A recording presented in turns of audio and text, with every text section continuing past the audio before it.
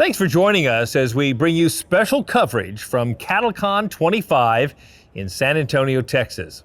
Now, it's not too late for you to join us at this one-of-a-kind event. Walk-in registrations are accepted through Thursday, and you can even purchase a one-day pass if you just want to come, make a brief visit, and check out the trade show. Joining me now to discuss some of the business that'll take place at CattleCon is Ethan Lane. He's NCBA's Vice President of Government Affairs. Ethan, let's begin by just telling our viewers a little bit about how this convention this week really shapes what you do the entire year in DC. Well, there's no other time, there's no other venue in the country where you're going to have 8,000 or 9,000 cattle producers all under one roof from every corner of the country, all of them here with different priorities that are critical to their operation in their part of the world. All here to talk about how we can work together as an industry and bring the grassroots to a common position that we can deliver to Washington. We're all watching the news. We know how complicated that environment is back there. And to get this many producers and perspectives together in one place and come out of here with common goals is a game changer to keep our industry thriving and growing into the future.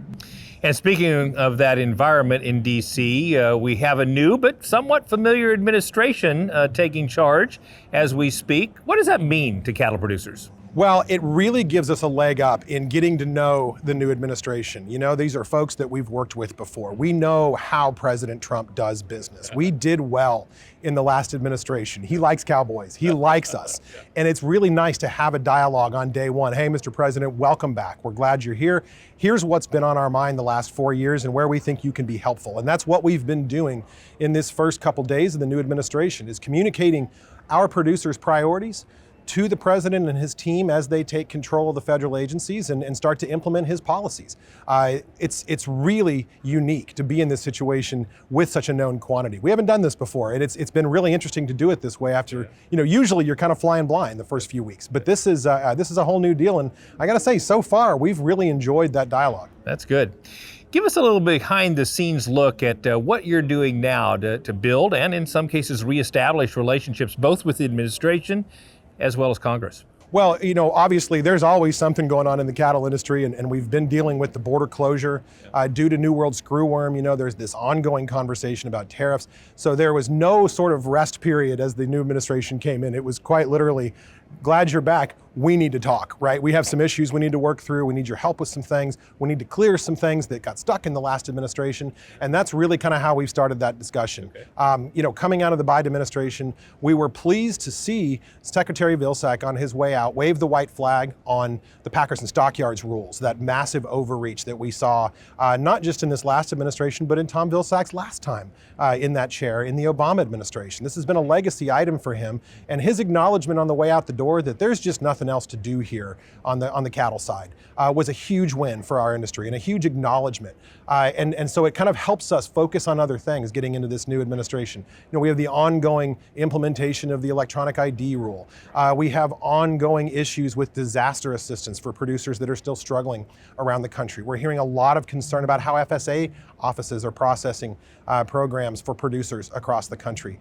There's a lot of work to be done in a short amount of time to just make sure people are getting the service delivery they expect out of USDA and that they're focused on core mission. I think there's been an impulse over the last few years for some side quests, and it's really nice to see them refocus on core mission in those buildings and get back to serving producers across the country.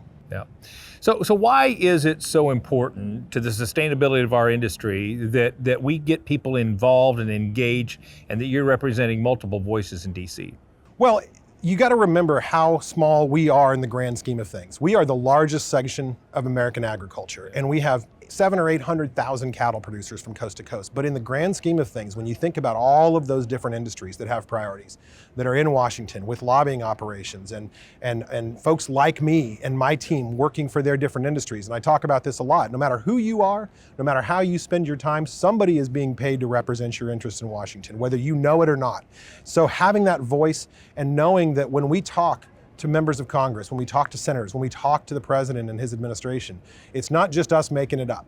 It's not just us cooking it up, with a few people around a table. It is really the product of 44 state affiliate organizations, countless county cattlemen's associations, true grassroots from coast to coast. Yeah.